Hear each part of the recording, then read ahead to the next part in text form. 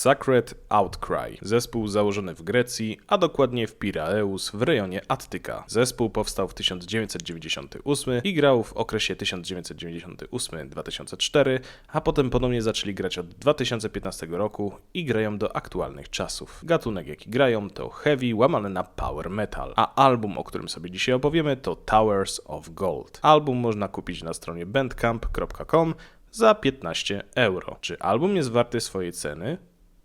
Czy zespół od 2015 wydał album godny uwagi? Czy ich najnowsza płyta ma do zaoferowania coś ciekawego?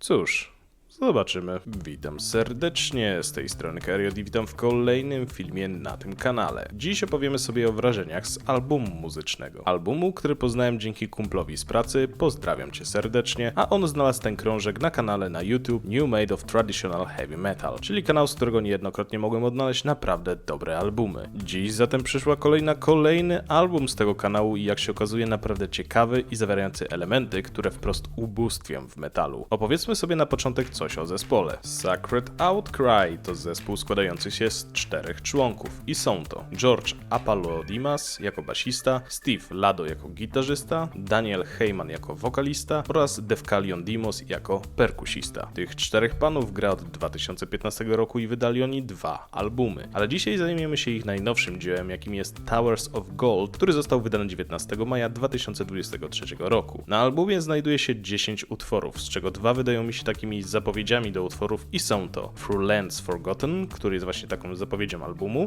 The Flame Rekindled, The Voyage, Into the Storm, Symphony of the Night, A Midnight Reverie, który jest drugim takim utworem, który jakby zapowiadał kolejną część, The Sweet Wine of Betrayal, The City of Stone, Towers of Gold oraz Where Crimson Shadows Dwell. Przepraszam, że nie czytałem tego, co jest w nawiasach, ale zajęłoby mi to chwilę więcej czasu, także mam nadzieję, że chłopaki się nie pogniewają na mnie za to. 10 utworów i przyznam, że jest to istna symfonia dla moich uszu. Nie tylko dlatego, że wokalista ma zajebisty głos i muzycznie jest to dobre, ale chociażby za chór, który komponuje się tu wprost idealnie do całości. Jednym z motywów, jaki grałem, to fantasy i przyznam, że słuchanie tych utworów mi się naprawdę podoba, ale czy historie zawarte w piosenkach są prawdziwe? Napisałem do chłopaków, by dowiedzieć się paru rzeczy, bo nie byłem ich pewien i bardzo byłem w sumie ich ciekaw. Odpowiedzi dostałem od George'a, czyli basisty zespołu. Zatem na początek chciałem się od nich dowiedzieć, co się stało w okresie 2004-2015, kiedy to zespół nie był aktywny i nie grali ze sobą. Nagraliśmy Damned for All Time w latach 2002-2003, ale wtedy to były kompletnie inne czasy. Mieliśmy wiele problemów związanych z naszym brakiem doświadczenia w pracy w studiu, a przez kilka błędów studia nagraniowego musieliśmy nagrywać cały album prawie 3 razy, więc zrobiliśmy sobie przerwę, aby się przegrupować i odzyskać skupienie po tym szalonym okresie. Już wtedy zaczęliśmy planować drugi album, ale wtedy nasz wokalista wrócił do swojego rodzinnego miasta i przeszliśmy na bliżej nieokreśloną przerwę. Graliśmy w innych zespołach itp., ale zawsze chcieliśmy ponownie nagrać materiał, aby go wydać, więc w 2015 roku zdecydowaliśmy się to zrobić. Użyliśmy gitar akustycznych z naszych oryginalnych sesji, ale wszystko inne zostało ponownie nagrane, tak więc skoordynowanie wszystkich zajęło dużo czasu, ponieważ chcieliśmy w jakiś sposób uwzględnić wszystkich ze składów z 2003 roku, tak więc zjazd w 2015 roku wydarzył się, ponieważ naprawdę chcieliśmy wydać Damned. Kolejne pytanie dotyczyło tematyki albumu. Czy opowieści z nich są inspirowane na podstawie czegoś, czy są oryginalne, autorskie? Towers of Gold opiera się na oryginalnej historii, którą napisałem, gdy byłem młodszy i miała być 15-minutowym utworem z drugiego albumu w 2003 roku przed naszą przerwą. Zawsze chciałem zrobić album koncepcyjny, więc wziąłem tę historię i napisałem ją znacznie głębiej, więc każdy utwór jest w zasadzie osobnym rozdziałem. Dlatego, aby w całości doświadczyć tego albumu, o wiele lepiej jest słuchać go od początku do końca i mieć przed sobą teksty itp. W broszurze w wersji fizycznej znajduje się nawet pełna historia w formie krótkiej powieści dla tych, którzy chcą zagłębić się we wszystko. Historia opowiada o grupie poszukiwaczy skarbów,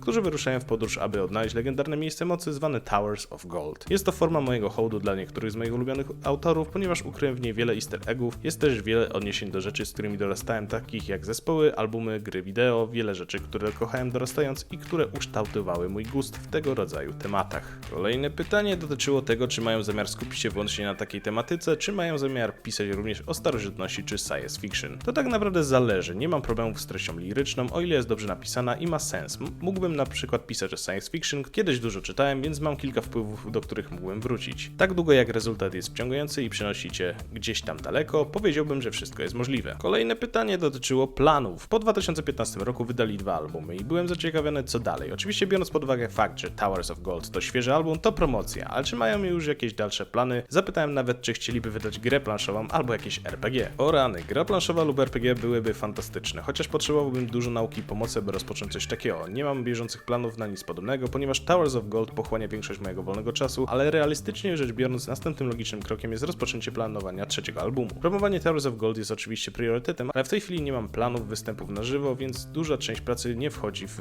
rachubę. Haha, przepraszam, że tak to przeczytałem głupio. Chciałbym jednak zrobić coś artystycznego związane z muzyką, byłoby to fantastyczne. Ostatnie pytanie dotyczące tego, jak się czują grając taką tematykę, czy są zadowoleni z albumu, czy coś by zmienili, dodali itp. No i też przyznałem, że ich muzyka mi się ogromnie podoba. Zwykle staram się stworzyć ideę zarówno za pomocą muzyki, jak i towarzyszących jej tekstów. Ta muzyka rozwija się dzięki imersji i eskapizmowi. Eskapizm oznacza ucieczkę od problemów związanych z życiem społecznym, codziennością i rzeczywistością, świat iluzji i wyobrażeń. Źródło definicji Wikipedia. Więc chcę być w stanie zgubić się w albumie, który zawsze ma mi coś dodatkowego do zaoferowania za każdym razem, gdy po niego sięgam. Nie sądzę, bym zmienił cokolwiek w tym albumie, ponieważ staram się być tak pewny, jak to tylko możliwe przed wydaniem czegoś, a ponieważ nie robimy tego dla zarobku, nie ma powodu, by się śpieszyć lub iść na kompromis. Więc jak widzicie, przeprowadziłem krótki wywiad, że tak to ujmę, z jednym z członków zespołów i jestem za to wdzięczny. Postaram się to też częściej robić, by też sam zespół miał swój wkład w moje filmy i abyśmy mogli się czegoś dowiedzieć od nich. A co ja sam myślę o ich albumie? Jaki utwór jest dla mnie najlepszy czy najgorszy? Więc tak, całość albumu jest naprawdę solidna i ogromnie mi się podoba za każdy aspekt. Wokal, melodia, teksty i chór to naprawdę kawał dobrej roboty i całości naprawdę dobrze się słucha. A warto słuchać całości, bo chociażby 3 pierwsze utwory brzmią jakby były połączone i mają idealne przejścia z jednego utworu na drugi, a potem na trzeci. Mamy tu utwory, które są dość szybkie jak The Flame Rekindled, ale i mamy wolniejsze tempa i rytm jak Symphony of the Night czy The Sweet Wine of Betrayal. Więc nie ma tu non-stop szybkiej rytmiki, ale są utwory, przy których można się nawet zrelaksować, choć brzmienie nadal jest solidne. Ogromną robotę dla mnie robi chór w utworach, a ja w metalu uwielbiam chór, wprost ubóstwiam. Chociażby na początku utworu The Voyage można usłyszeć chór, który cudownie wprowadza w utwór i szczerze wątpię, czy zrobiłby na mnie ten utwór czy wstęp takie wrażenie, jakby nagrali to bez chóru. Przyznam, że uwielbiam sobie odpalać ten album do gier, zwłaszcza ostatnimi czasy do gry Immortals Phoenix Rising. Bardzo przyjemnie się wtedy eksploruje, walczy i ratuje świat. Jeśli zaś chodzi o ulubiony utwór i ten najmniej, to przyznam, że najbardziej chyba podoba mi się Into the Storm. Jakoś najbardziej sobie zaskarbił moją sympatię. Ale to w utworze Towers of Gold jest fragment, który naprawdę mi się podoba. Odtworzę wam kawałek.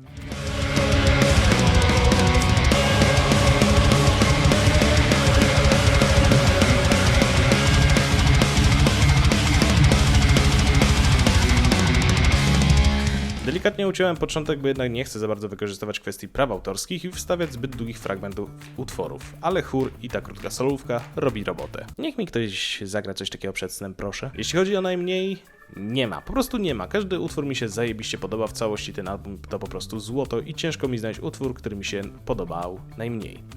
Jednakże jakbym musiał już wybierać, to myślę, że wybrałbym Symphony of the Night. Ogólnie utwór mi się podoba, ale troszeczkę odstaje w porównaniu do innych według mnie, ale to nadal bardzo fajny utwór. A zatem podsumowując, dostałem odpowiedzi od zespołu i dziękuję za to ogromnie. Opowiedziałem wam o albumie, który według mnie to solidna perełka i myślę, że warto go przesłuchać i kupić. Dlatego mam nadzieję, że po następnej wypłacie uda mi się zamówić i album, i koszulkę, dzięki czemu wesprę zespół, do czego serdecznie zachęcam. To tyle, dziękuję za wysłuchanie, dziękuję za poświęcony czas i życzę miłego słuchania. I czas na krótkie fragmenty utworów z albumu. Run!